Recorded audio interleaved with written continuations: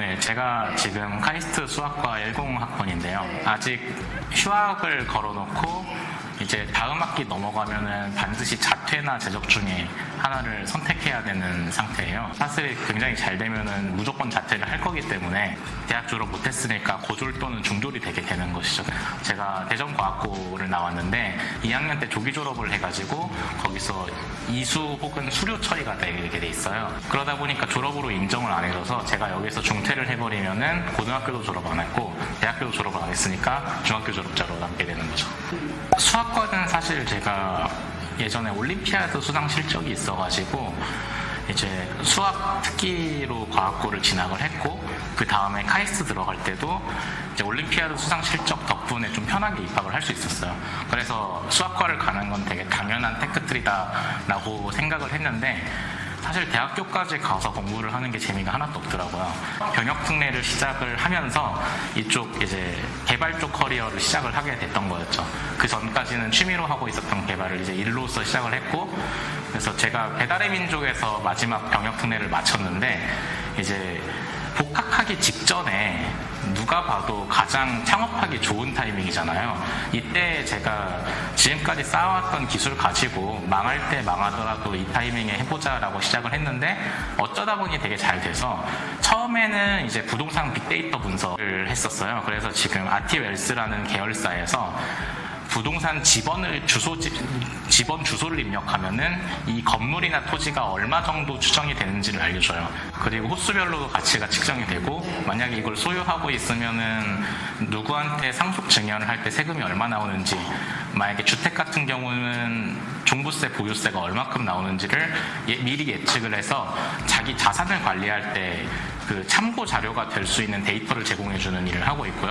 이거는 국민은행과 이제 증권사, 보험사들과 이미 계약을 맺어서 올바른 수익 모델로 잘 돈을 벌고 있습니다. 근데 이게 이 부동산 사업이 궤도에 오르기 전에 제가 그냥 자유롭게 회사를 만들어보자라고 해서 투자를 하나도 안 받은 상태였어요. 그러다 보니까 돈이 없어가지고 그 블록체인의 컨센서스 알고리즘을 좀 연구하고 개발해달라는 의뢰를 처음 받았고, 그와 동시에 그쪽에 대해서 제가 좀 이제 익숙해지고 나니까 ICO 컨설팅을 하면서 돈을 좀 꽤 많이 벌었어요. 보스코인이라고 처음 우리나라에서 ICO 나오던 시절에, 그러니까 2017년도 초에서 말까지 제가 컨설팅을 많이 했었거든요. 그때 ICO 컨설팅은 대체적으로 이 기술이 사기가 되지 않으려면은 최소한 이더리움 토큰 정도는 만들 수가 있어야 됐어요. 근데 그때는 별로 유명하지 않았던 시절이라 그 이더리움 스마트 컨트랙트를 만들 수 있는 사람이 되게 제한적이었고, 저희가 그 토큰을 대신 만들어주는 일로 돈을 많이 벌었었죠. 네, 사실 그리고 그때 이미 ICO 컨설팅 외에도 사실 그 컨센서스 알고리즘에 대한 연구를 쭉 하고 있었는데, 의뢰를 받았던 그 계약은 얼마 안 가서 4개월도 안 가서 깨졌어요. 왜냐하면 그 회사는 ICO를 성공적으로 했기 때문에 더 이상 연구할 필요가 없었던 거죠. 그래서 이제 남자가 칼을 뽑았으면 무라도 잘라야겠다라는 생각으로 이 알고리즘을 끝까지 완성해보자 해서 만들어진 게 지금의 블록체인 엔진 사슬이고, 첫 번째 버전은 2018년 11월, 그 다음에 그러니까 어느 정도 스테어블하게 완성이 됐다라고 한 지금 현재 1.0 버전은 2019년 5월 22일에 처음 완성을 해서 공개를 했습니다. 이제 제가 돈 욕심은 거의 없이 살았어요. 당장 과외 수입할 때도 버는 거 되게 쉽잖아요. 그러다 보니까 제가 사업을 할 때 돈으로 그렇게 쪼들리질 않아가지고, 그러니까 남들은 우리 그냥 ICO나 해서 한탕 해자 라고 해도 남의 돈을 받는다는 것 자체가 얼마나 무서운지를 제가 뼈저리 알기 때문에 그 돈을 받았으면 책임을 져야 되는데, 기술자 입장에서 제가 그래도 그때는 어느 정도 경지에 오른 상태였기 때문에 이거 잘못 백서냈다간 진짜 구현도 못하는 무지막지한 난이도라는 걸 좀 알고 있었어요. 그래서 대부분 마케팅했던 분들이 돈을 모아가지고 개발자 뽑아가지고 개발시키면 구현 되겠지였는데, 원래부터 난제를 바탕으로 만들었던 알고리즘이고 세상에 나온 지 얼마 안 되는 개발물이기 때문에 일반 개발자들이 접근하기 힘든 난이도였어요.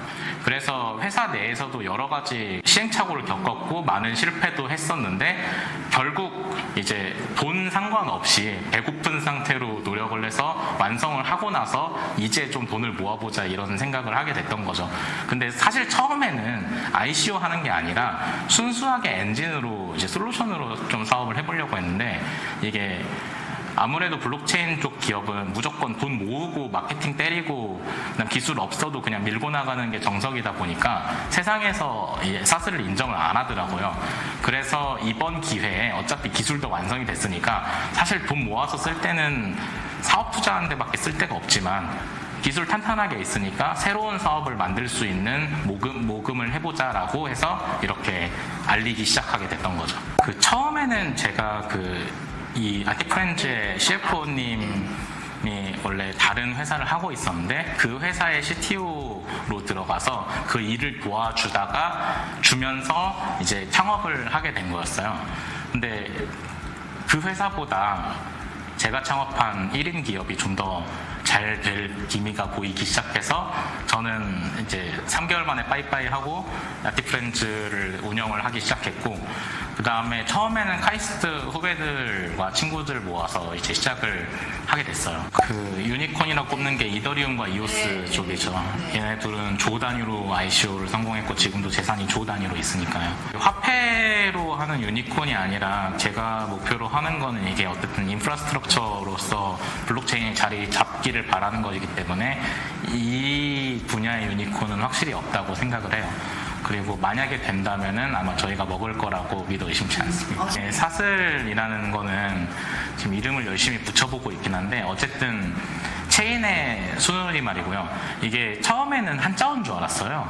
근데 보니까 사슬이 순우리말이더라고요. 그래서 사슬이 뭐야? 라고 하면은 전 세계 어딜 가나? 그 대한민국의 순우리말로 체인을 사슬이라고 말한대 라고 언젠가는 이게 마치 윈도우즈처럼 깔렸을 때 얘기를 할 수 있을 거라고 생각을 해요. ICO 했냐를 먼저 물어봐요. 하지만 미국 같은 경우는 암호화폐라는 거를 그냥 물어보면 모르는 사람들이 되게 많아요.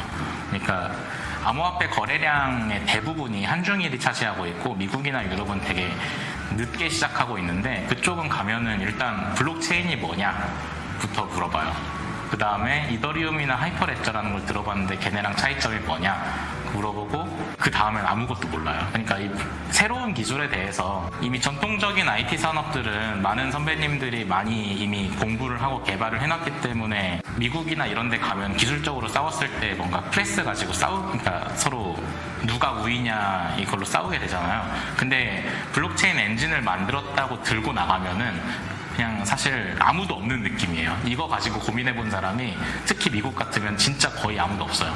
그래서 보통 찾아다니는 게 스탠포드 교수들, 그다음에 코넬 교수들 이런 사람들인데 코넬 교수가 지금 주도하고 있는 ICS3라는 그 블록체인을 연구하는 집단이 이제 미국에서 막 서기 시작했던 시기고 그 교수도 이 알고리즘을 봤어요. 근데 그때는 이제 그 교수는 이제 자기가 논문으로 어느 정도 개념을 이제 잡아가고 있었던 내용이랑 똑같은 거를 제가 갖고 왔다고 얘기를 했거든요. 근데 저는 완성된 상태로 들고 갔으니까. 네, 그래서 제가 그때 처음으로 내가 지금 이게 한 2, 3년 후에 만들 기술을 이미 내가 만들어둔 상태구나라고 지금 시기적으로 이점을 확실하게 가졌다는 거를 확신을 가졌고 그 다음에 그 교수님이 사실 3년 정도 지나면 만들 것 같더라고요. 그 전에 우리가 먼저 자리를 잡아가지고 치고 나가서 세계 무대에서 싸워놓지 않으면은 싸이월드가 페이스북보다 먼저 나왔는데 지금 사라져버렸듯이 이 사슬이라는 게 사라질 거라고 생각을 해서 지금 얼른 미국의 법인을 만들고 미국 기술이라고 지금 열심히 마케팅을 하고 있는 거였어요. 네, 제가 지금 돌아본 곳이 아마존, 그 다음에 VM웨어, 그 다음에 삼성 SDS, 그 다음에 애플 쪽까지 이제 돌아본 상태였는데 이쪽에서 얘기하는 것들은 항상 공통된 주제가 있어요. 혹시 우리가 이름을 알만한 대기업이 이거 쓰고 있냐? 왜냐면 자기네들도 이 블록체인이라는 걸 잘 몰라가지고 누가 대신 검증해줄 사람이 필요하다.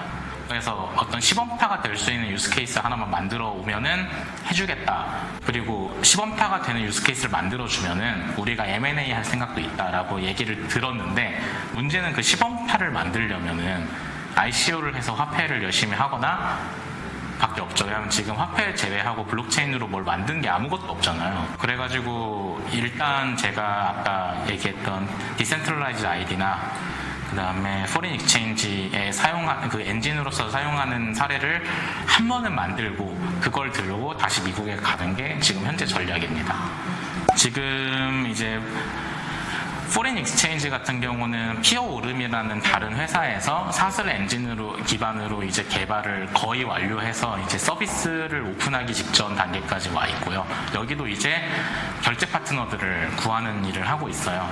그 다음에 디센트럴라이즈 아이디 같은 경우는 인증을 대신 해주는 솔루션으로 지금 밀고 있고, 이것도 우리나라에서 라이센스를 받은 회사들과 같이 이제 일을 해보려고 진행을 하고 교섭을 하고 있습니다, 지금.